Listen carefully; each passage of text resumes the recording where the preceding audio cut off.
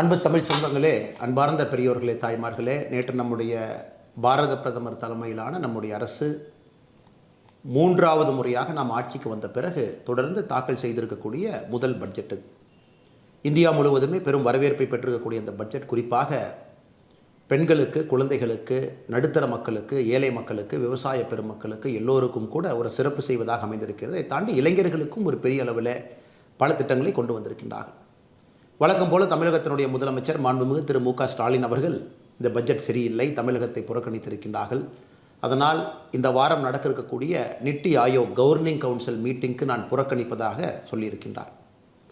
மாண்புமிகு முதலமைச்சருக்கு இது புதிதல்ல. 2022 நடந்த நித்தி ஆயோக் கவர்னிங் கவுன்சில் மீட்டிங்கிலும் கூட முதலமைச்சர்கள் பங்கேற்கக்கூடிய மீட்டிங் அது கவர்னிங் கவுன்சில். 2022 கூட தமிழ்நாடு முதலமைச்சர் மு.க. ஸ்டாலின் அவர்கள் பங்கேற்கவில்லை. 2023 நித்தி ஆயோக் கவர்னிங் கவுன்சில் மீட்டிங்கிலும் கூட தமிழ்நாட்டினுடைய முதலமைச்சர் பங்கேற்கவில்லை. 2024 நடக்க இருக்கக்கூடிய நித்தி ஆயோக் கவர்னிங் கவுன்சில் மீட்டிங்க்கு ஒரு புதிய சாக்குப்போக்கு காரணத்தை சொல்லி அங்கிருந்து நலிவுவிடலாம் என்கின்ற எண்ணத்தை அவர் வெளிப்படுத்தியிருக்கின்றார். உண்மையை சொல்ல வேண்டும் என்றால் தமிழக முதலமைச்சர் அவர்கள் நித்தி ஆயோக் மீட்டிங்க்கு சென்று தமிழக மக்கள் சார்பாக பேசி தமிழகத்திற்கு என்ன வேண்டும், நாம் எங்கே இருக்கின்றோம் என்று பேசுவதற்கு மிக முக்கியமாக வருடத்திற்கு ஒரு முறை இந்தியாவில் இருக்கக்கூடிய எல்லா முதலமைச்சர்களும் சென்று அமர்ந்து பேசக்கூடிய ஒரு மீட்டிங். இதில் பாரத பிரதமர் நரேந்திர மோடி அவர்களும் கூட பங்கேற்பார்கள், அவர் சேர்மன் என்கின்ற முறையில். மாண்புமிகு தமிழகத்தினுடைய முதலமைச்சர் திரு மு.க. ஸ்டாலின் அவர்கள் சொல்லியிருக்கக்கூடிய காரணத்தை யாரும் கூட ஏற்றுக்கொள்ள மாட்டார்கள். என்ன சொல்லியிருக்கிறாங்க? தமிழகத்தினுடைய பெயர் பட்ஜெட்டில் இல்லை. நாம் ஒரு விஷயத்தை புரிந்து கொள்ள வேண்டும் அன்பு சொந்தங்களே. இந்த தாக்கல் செய்யப்பட்டிருக்கக்கூடிய பட்ஜெட் என்பது 48,20,512 கோடி ரூபாய்.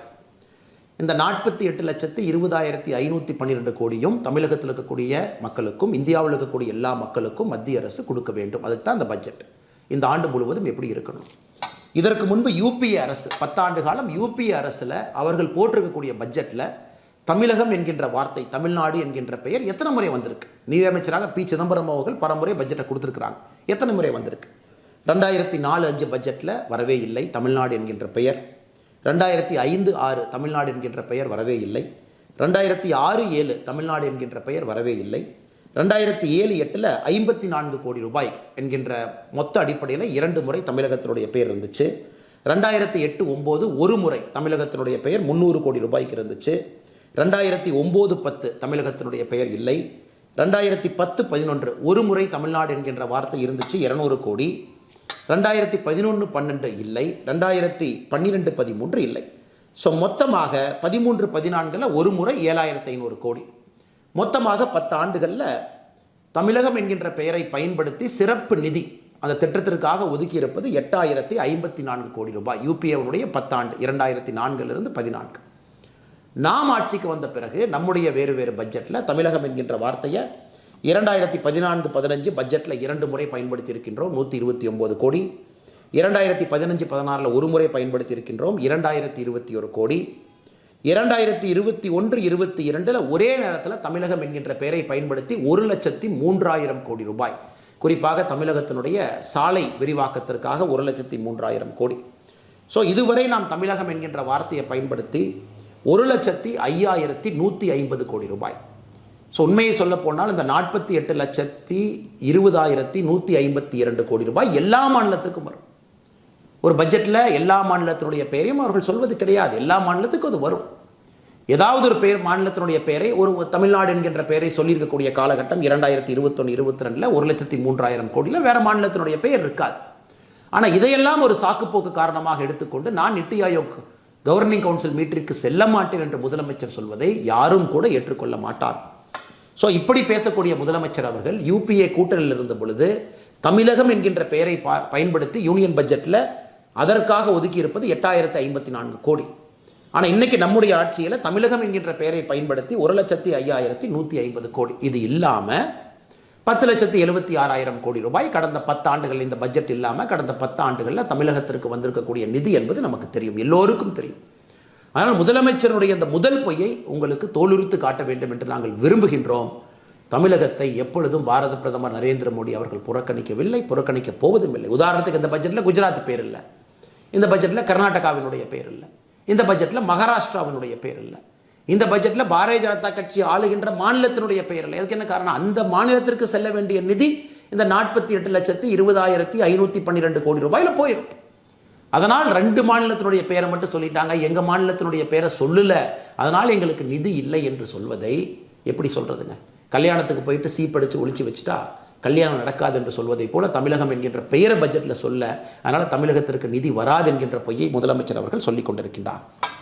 இதை தாண்டி தமிழகத்திற்கும் இந்தியாவிற்கும் இந்த பட்ஜெட்டை பொறுத்தவரை பல முக்கியமான சிறப்பம்சம் வாய்ந்த திட்டங்களை பிரதமர் அவர்கள் கொடுத்துருக்கிறாங்க. அதற்கு முன்பு நாம் ஒரு விஷயத்தை புரிஞ்சுக்கணுங்க. மத்திய அரசு மாநிலங்களுக்கு கொடுக்கக்கூடிய வரி பங்கீடு 2019-20 அந்த ஆண்டில் பார்த்தீங்கன்னா 11,45,000 கோடி ரூபாய், 11.45 lakh crore இருந்துச்சு. அவ்வளோ பணத்தை வந்து எல்லா மாநிலத்துக்கும் பிரித்து கொடுப்பாங்க. இந்த முறை 5 ஆண்டுகள் கழித்து, நம்முடைய ஆட்சியிலே 5 ஆண்டுகள் கழித்து இந்த பட்ஜெட்டில் மாநிலங்களுக்கான வரி பகிர்வு பார்த்தீங்கன்னா 23,49,000 கோடி. அப்படி பார்த்தீங்கன்னா கிட்டத்தட்ட நம்முடைய ஆட்சியில் 5 ஆண்டுகள்லேயே கிட்டத்தட்ட நாம் 2 மடங்குக்கு மேலே மாநிலங்களுக்கு கொடுக்கக்கூடிய வரி பங்கீடு அதிகப்படுத்தி இருக்கின்றோம். போன பட்ஜெட்டில் மாநிலங்களுக்கு கொடுக்கக்கூடிய வரி பங்கீடு என்பது 20,99,000 கோடி. இந்த பட்ஜெட்டில் 23,49,000 கோடி. இந்தியா வளர்கிறது என்பதற்கு சாட்சி. டாக்ஸ் கலெக்ஷன் நடக்குது, இந்தியா வளர்கிறது, பொருளாதாரம் மேம்படுகிறது, அரசுக்கு பணம் வருகிறது. அந்த பணத்தை பிரித்து மாநிலங்களுக்கு கொடுக்குறாங்க. 23,49,000 கோடி ரூபாய் மாநிலங்களுக்கு பிரித்து கொடுத்துருக்குறாங்க. அந்த பணம் வரும். தமிழக அரசு தன்னுடைய பட்ஜெட்டில் அந்த பணத்தை அக்கௌண்ட் பண்ணி தமிழக அரசு செலவு பண்ணுவாங்க. அப்போ தமிழகத்தை புறக்கணித்திருக்கின்றார்கள் என்ற அர்த்தமா? அதை தாண்டி அன்பு சொந்தங்களே, நமக்கு தெரியும் இன்னைக்கு பெண்கள் குழந்தைகள் இருவருக்கும் மையப்படுத்தி 3 லட்சம் கோடி ரூபாய், சுதந்திர இந்தியாவிற்கு பிறகு 3 லட்சம் கோடி ரூபாய் பெண்களுக்கும் குழந்தைகளும் மையப்படுத்தி எந்த பட்ஜெட்லேயும் தமிழ்நாட்டில் இருக்கக்கூடிய நம்முடைய சகோதரிகளுக்கும் குழந்தைகளுக்கும் இதன் மூலமாக பணம் வரப்போகுது, சிறப்பு திட்டம் வரப்போகுது. இது எல்லோரும் அறிந்தது. இன்னைக்கு மிக முக்கியமாக அமைப்பு சார், அதாவது ஆர்கனைஸ்ட் எம்ப்ளாய்மெண்ட்டில் இன்னைக்கு புதிதாக வேலைக்கு செல்லக்கூடிய யார் வேலைக்கு சேர்றாங்களோ 1 மாத சம்பளத்தை மத்திய அரசு 3 இன்ஸ்டால்மெண்ட்டில் அந்த கம்பெனி கொடுக்குறாங்க, ஊக்குவிப்பதற்காக, வேலைவாய்ப்பை ஊக்குவிப்பதற்காக. இன்றைக்கி புதிதாக ஒருத்தர் படிக்கிறார், ஆர்ட்ஸோ இன்ஜினியரிங்கோ படிக்கிறாங்க, ஒரு கம்பெனியில் வேலைக்கு செய்கிறாங்க, அந்த கம்பெனியில் இபிஎஃப் கட்டுறாங்க. 1 மாத சம்பளத்தை 1 லட்சம் ரூபாய் வரை, மேக்ஸிமம் 1 லட்சம் ரூபாய் வரை அவங்க சம்பளம் இருக்கலாம் அந்த கேட்டகரிக்குள்ளே. 1 மாத சம்பளத்தை மத்திய அரசு 3 இன்ஸ்டால்மெண்ட்டில் அந்த கம்பெனி கொடுக்குறாங்க தனியார் நிறுவனத்திற்கு. காரணம் வேலைவாய்ப்பை ஊக்குவிக்கணும். இன்னொரு இடத்துல பாருங்கள், அடுத்த 5 ஆண்டுகளில் 1 கோடி இளைஞர்களுக்கு ஸ்கில் இன்டர்ன்ஷிப், அவருடைய திறனை மேம்படுத்துவதற்காக இன்டர்ன்ஷிப், இந்தியாவில் இருக்கக்கூடிய 500 பெரிய நிறுவனத்தில் அவங்க 1 கோடி இளைஞர்கள் அடுத்த 5 ஆண்டுகளில் இன்டர்ன்ஷிப்புக்கு போகிறாங்க. முதல்ல 6,000 ரூபாய் கொடுக்குறாங்க, மாதம் இன்டர்ன்ஷிப்புக்கு 5,000 ரூபாய் கொடுக்குறாங்க. இதெல்லாம் எல்லோருக்கும் வரக்கூடியது. குறிப்பாக இளைஞர் மேம்பாட்டுக்காக கொண்டு வந்திருக்கக்கூடிய திட்டத்தை நம்ம பார்த்துருக்கின்றோம். இதெல்லாம் இந்த பட்ஜெட்டினுடைய மிக சிறப்பான ஒரு விஷயங்களாக நாம் பார்த்து கொண்டிருக்கின்றோம். அதை தாண்டி குறிப்பாக யார் வீடு இல்லையோ, நம்முடைய தேர்தல் அறிக்கையிலே சொல்லியிருக்கின்றோம், இந்த பட்ஜெட்லேயும் சொல்லியிருக்கின்றோம், கிராம பகுதியில் 3 கோடி வீடு, நகர்ப்பகுதியில் 1 கோடி வீடு, ஒரு வீடு 10 லட்சம் ரூபாய் பெறுமானதாக நகர்ப்பகுதியில் 1 கோடி வீடு நாம் கட்டி கொடுப்போம் என்கின்ற நகர்ப்புறத்தில் இருக்கக்கூடிய ஏழைகளுக்கான திட்டத்தை நம்முடைய பாரத பிரதமர் நரேந்திர மோடி அவர்கள் தலைமையிலான அரசு கொண்டு வந்திருக்காங்க. அதையும் நம்ம பார்க்குறோம்.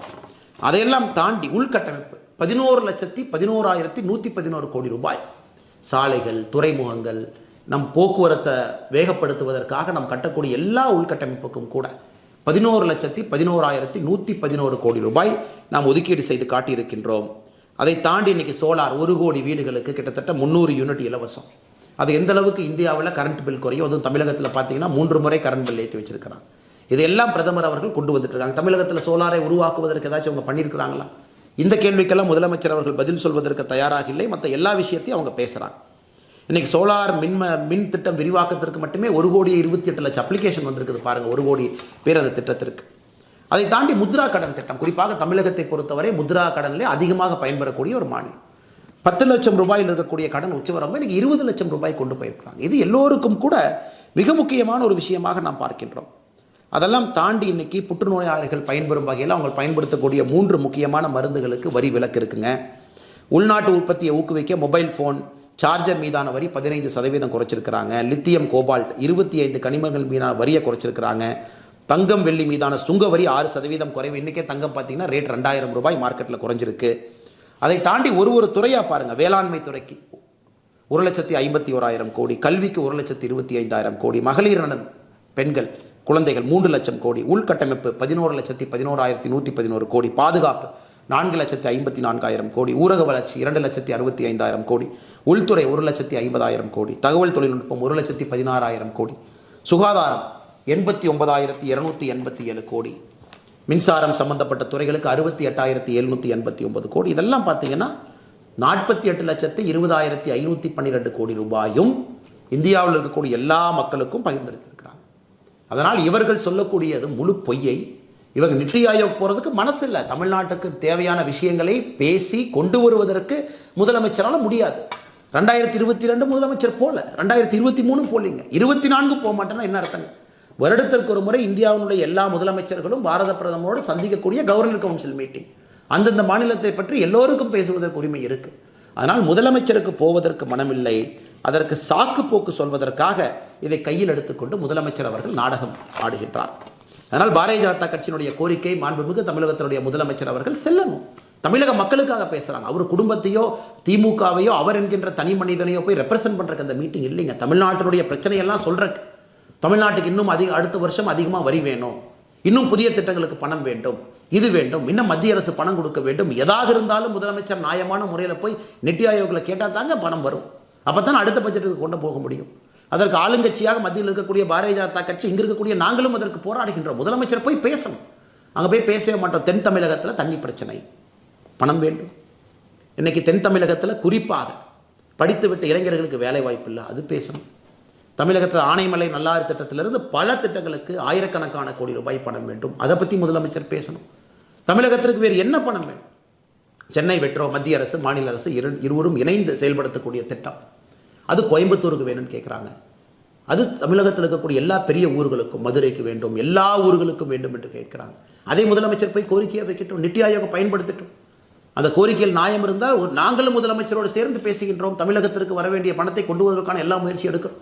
10 ஆண்டுகளில் 10,76,000 கோடி ரூபாய் கொடுத்து, இந்த பட்ஜெட்லையும் இது போல எல்லா அறிவிப்புகளும் கொடுத்து தமிழகத்தில் இருக்கக்கூடிய எல்லோரும் பயன்பெற போகிறாங்க. இன்றைக்கி நம்முடைய நிர்மலா சீதாராமன் அவங்க சொல்லியிருந்தாங்க இன்றைக்கி ராஜ்யசபாவில், மகாராஷ்டிரா என்கின்ற பேரை நான் சொல்லாமல் இருந்திருக்கலாம், ஆனால் மகாராஷ்டிராவுக்கு 67,000 கோடி ரூபா ஒரு ப்ராஜெக்ட்டுக்கு போகுது. அதனால் ஒரு மாநிலத்தினுடைய பெயரும் நான் சொல்ல வேண்டும் என்கின்ற அவசியம் இல்லை. மாநிலத்தினுடைய பெயரை சொல்லவில்லை என்றாலும் கூட அந்த பகிர்மான நாம் கட்டியிருக்கக்கூடிய அந்த வரி என்பது எல்லோருக்கும் வரப்போகுது. அதுக்கு தான் அந்த பட்ஜெட்டினுடைய டோட்டல் காஸ்ட் 48,20,512 கோடி ரூபாய். இந்திய அரசியல் வரலாற்றில் அதிகமாயிட்டே போகுது. மாநிலத்திற்கு வரக்கூடிய நிதி பகிர்மானமும் ஒரு பக்கம் அதிகமாகுது. 2019-20க்கும் 24-25க்கும் 2 மடங்குக்கு மேலே அதிகமாயிருக்கு. அதனால் இதை எதுவும் பேசாத முதலமைச்சர் தமிழகத்திற்கு 100 industrial city plug and pay மாடலில் வந்திருக்கு. அதையும் மத்திய அரசு ஊக்குவிக்கிறாங்க. தமிழ்நாடு உட்பட பெரும் நகரங்கள் அந்த 100ல் இருக்க போகிறாங்க. அது எதுவுமே பேசல, வீடு வரப்போகுது. அதனால் முதலமைச்சர் அவர்கள் தான் சொல்லக்கூடிய பொய்யை சொல்வதை நிறுத்திவிட்டு நித்தி ஆயோக் மீட்டிங்கில் ஆக்கப்பூர்வமாக தமிழகத்தினுடைய கருத்தை எடுத்து வைப்பதோடு மட்டும் இல்லாமல் தொடர்ந்து மத்திய அரசு செய்வதையெல்லாம் பொய்யை சொல்லி தனக்கு இருக்கக்கூடிய ஊடக பலத்தை பயன்படுத்தி அதன் மூலமாக மக்கள் நம்பிவிடுவார்கள் என்று முதலமைச்சர் அவர்கள் நினைப்பது முட்டாள்தனம். அதனால்தான் இந்த காணொலி தேவைப்படுகிறது. நேரம் கொடுத்து பார்த்தவங்கள் அனைவருக்கும் என்னுடைய நெஞ்சார்ந்த நன்றிகளை தெரிவித்துக் கொள்கின்றேன். நன்றி, வணக்கம்.